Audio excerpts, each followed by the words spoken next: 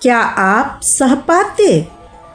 कहते हैं इतिहास पत्थरों पर नहीं लिखा जाता, इतिहास चरित्र पर लिखा जाता है।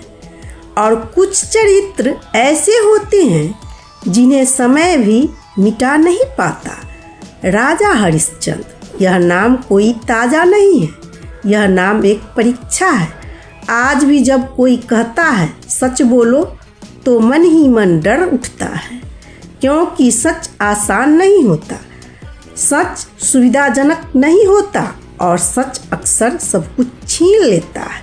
लेकिन प्रश्न यह है, अगर सच सब कुछ छीन ले तो क्या वह हमें खाली कर देता है या अमर बना देता है?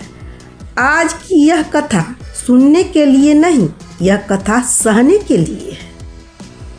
त्रेता युग में इक्ष्वाकु वंश का एक प्रतापी राजा राज करता था। उसका नाम था हरिश्चंद्र। वह केवल सिंहासन पर बैठा राजा नहीं था, वह प्रजा के दुख में खड़ा रहने वाला राजा था। उसके राज्य में न्याय बिकता नहीं था और सत्य छुपता नहीं था। और राजा हरिश्चंद्र एक ही नियम था, जो सच है वही राज्य है। वह लोग उनकी प्रशंसा करते तो वह सिर झुकाकर कहता, यदि मुझ में कुछ भी अच्छा है तो वह मेरे गुरु महर्षि वशिष्ठ का आशीर्वाद है। यह विनम्रता नहीं थी, यह सत्य की पहचान थी। एक दिन स्वर्ग की देव सभा में देवता, ऋषि, गंधर्व सभी एकत्र थे। विषय था धरती पर सबसे बड़ा धर्मात्मा कौन? महर्षि वशिष्ठ ने धृष्ट स्वर में कहा, मेरा शिष्य राजा हरिश्चंद्र। सभा में सन्नाटा छा गया, लेकिन उसी मौन में एक मन जल उठा, महर्षि विश्वामित्र। उन्होंने कहा, सत्य की बात करना सरल है, कठिन सत्य निभाना कठिन है। उन्होंने चुनौती दी, मैं स्वयं राजा हरिश्चंद्र की परीक्षा लूंगा। महर्षि वशिष्ठ शांत रहे। उन्होंने केवल इतना कहा, सत्य को परीक्षा से डर नहीं लगता, सच कभी दुख को साबित नहीं करता, वक्त कर देता है। कुछ समय बाद राजा हरिश्चंद्र शिकार के लिए बन गए। अचानक एक स्त्री का करुण पुकार गूंजी, राजन मेरी रक्षा कीजिए। राजा ने बिना सोचे घोड़ा मोड़ दिया। स्त्री कांपती स्वर में बोली, एक तपस्वी ने तपस्या की सिद्धि छीनना चाहता है। राजा का रक्त खौल उठा। वह उस दिशा में बढ़े जहां एक तपस्वी ध्यान में लीन था।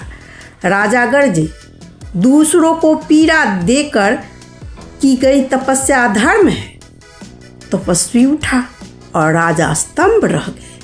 वह तपस्वी कोई और नहीं, महर्षि विश्वामित्र थे। राजा ने धनुष रख दिया, हाथ जोड़कर भूमि पर बैठ गए।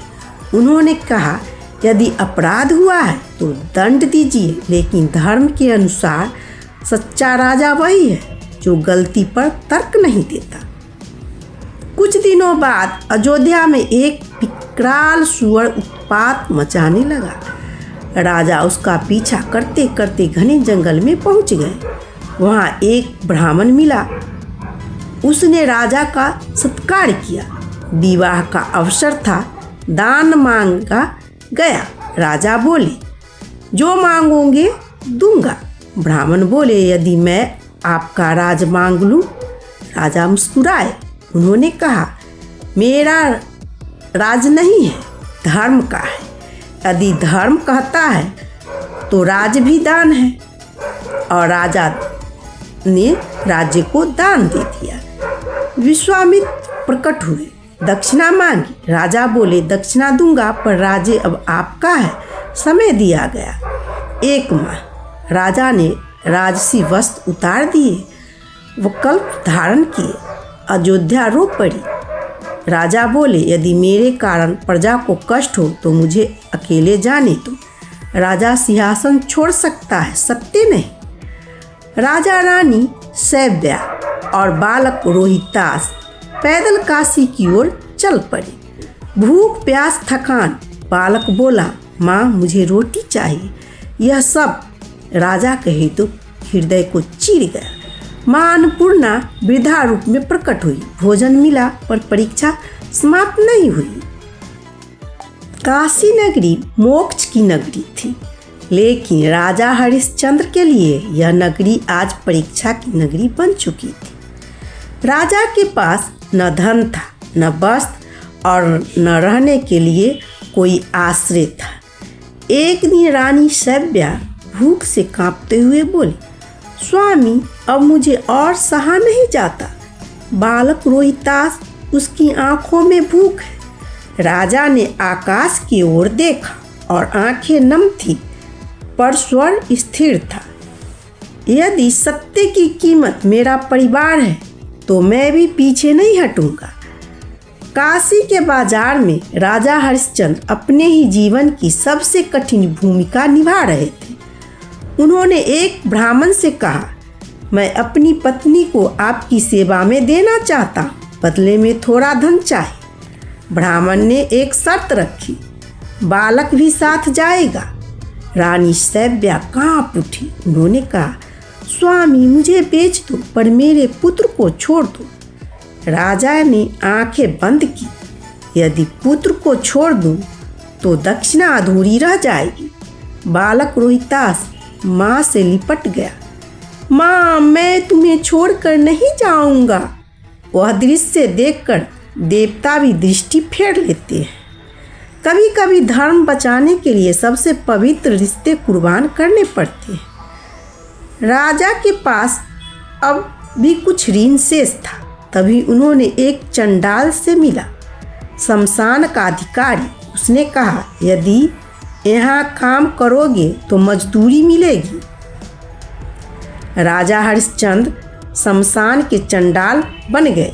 जहाँ कल तक राजा के चरणों में शीश झुकाते थे, आज वही हाथ लाशों से कर वसूल रहे थे। रात धुआं, रोदन और चिता की आग, लेकिन राजा का सत्य अब भी जीवित था।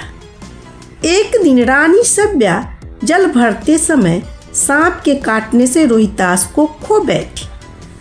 वह पुत्र जिसे बचाने के लिए उन्होंने सब सहा था।